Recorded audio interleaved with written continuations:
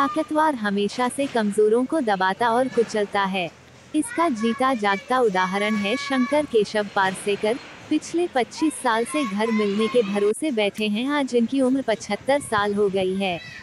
एक घर न मिलने से उनकी जिंदगी बर्बाद हुई है और अब उनके बच्चों की जिंदगी बर्बाद हो रही है। महाराष्ट्र सरकार, एसआरए और बिल्डर के वादे ने इन्हें कहीं का ना छोड़ा। कचरे के ढेर और कीड़े मकोड़े के साथ रहने को मजबूर हैं। बीएमसी भी अपना काम नहीं कर रही है। गरीब लोगों को हटा के करोड़ों अरबों कमाने के लालच में इंसानियत मर गई है।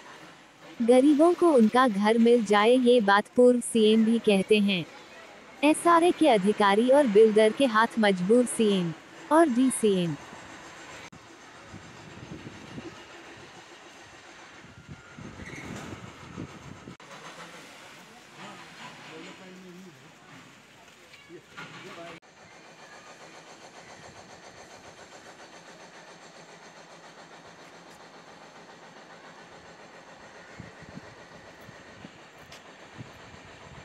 त्याच्यामुळे हे रात्रचं सतत पडतात अंगावर वगैरे, गादीवर फिरतात, ते कानात त्याच्यात जाते। एक दिवस तिथे झोपले नाही, तिकडे जाऊन झोपायला लागले पैसे पाऊस जास्त।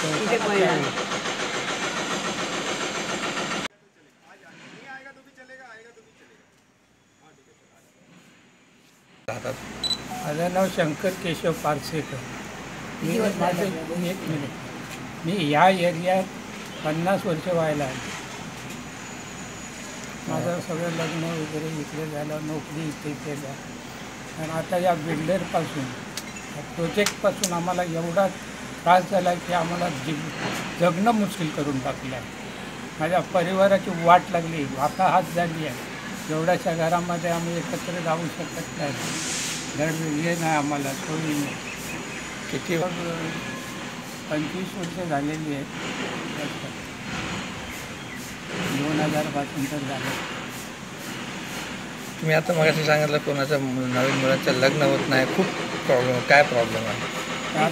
ही माझी मुलं रखडली त्याच्यापासून जबरदस्ती काय काय लग्न, तुम्हाला काय सांगू, जबरदस्तीने काही काही ॲडजस्टमेंट करावी लागली, असं झालं।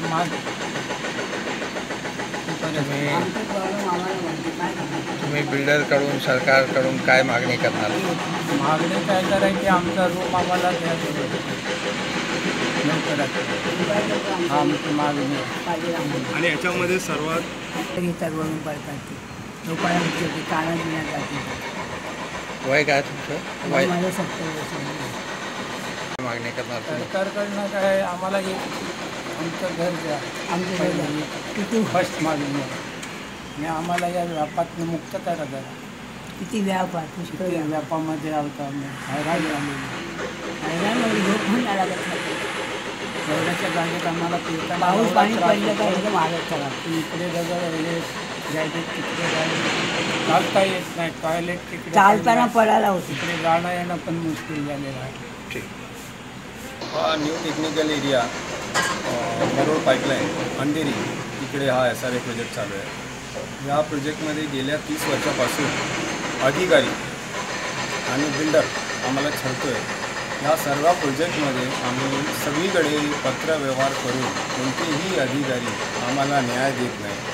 आमचं जीवन खूप कठीण झालेलं आहे, आणि ह्याला जबाबदार एसआरएचे अधिकारी आणि CEO आणि मुख्यमंत्री महाराष्ट्र स्टेट, कारण सगळा पत्रव्यवहार करून त्यांना आमच्या सगळ्या व्यथा सांगून देखील आम्हाला न्याय मिळत नाही।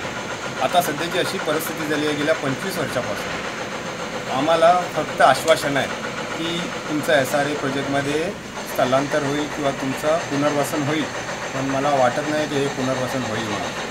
तर आपण या तुमच्या मीडियाच्या माध्यमातून आमचा प्रश्न सरकार दरबारी मांडावा आणि आम्हाला न्याय द्यावा, कारण आमच्या आईवडिलांचं वय आता 75 वर्षापेक्षा जास्त आहे, आणि ते ह्या आशेमध्येच आहे की त्यांना घर मिळावं, परंतु त्यांची जी हाल आम्हाला बघवत नाही, कारण त्यांना चालता येत नाही, आणि ते रस्ते, पाणी, सगळ्या गोष्टी आम्हाला बंद करून आम्हाला त्रास द्यायचं बिल्डर आणि अधिकारी करत आहेत.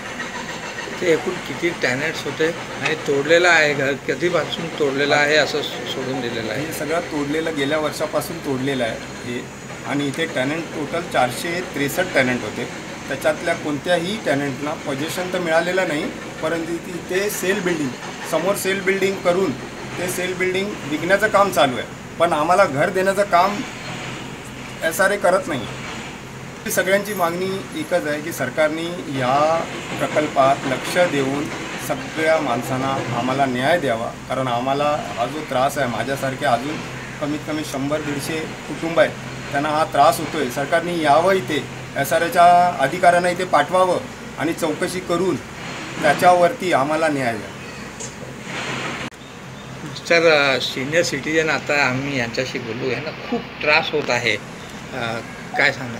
सर, आता हे माझे आई वडील, ह्यांचं लाईफ पूर्ण या इकडे गेलेलं आहे. 50-60 वर्षापासून इथे राहत आहेत. आज त्यांची अपेक्षा होती की त्यांना घर मिळावं, पण आज त्यांची अशी परिस्थिती आणि असा दुर्दैव आहे की ते इथून चालू नाही शकत. या त्यांचे रस्ते नाही ठेवलेले आहेत आणि त्या रस्त्यांमधनं चालू नाही शकत. आज जर उद्या जर यांना काही कुठे डॉक्टरकडे जायचं आहे, कुठे हॉस्पिटलमध्ये घेऊन जायचं आहे, तरीसुद्धा त्रास आहे. तर ह्यांचं लाईफचं सगळ्यात प्रथम जे आहे ते सरकारने त्या गोष्टीला लक्ष घालून त्यांना न्याय द्यावा. नाहीतर जर त्यांचं जर काय बरं वाईट झालं तर त्याला सर्व सरकार आणि SRA जबाबदार राहील. पण नाव? माझं नाव किशोर शंकर पारसेकर. मी त्यांचा मुलगा या मीडियाच्या माध्यमातून आपल्या समोर हा विषय मांडत आहे.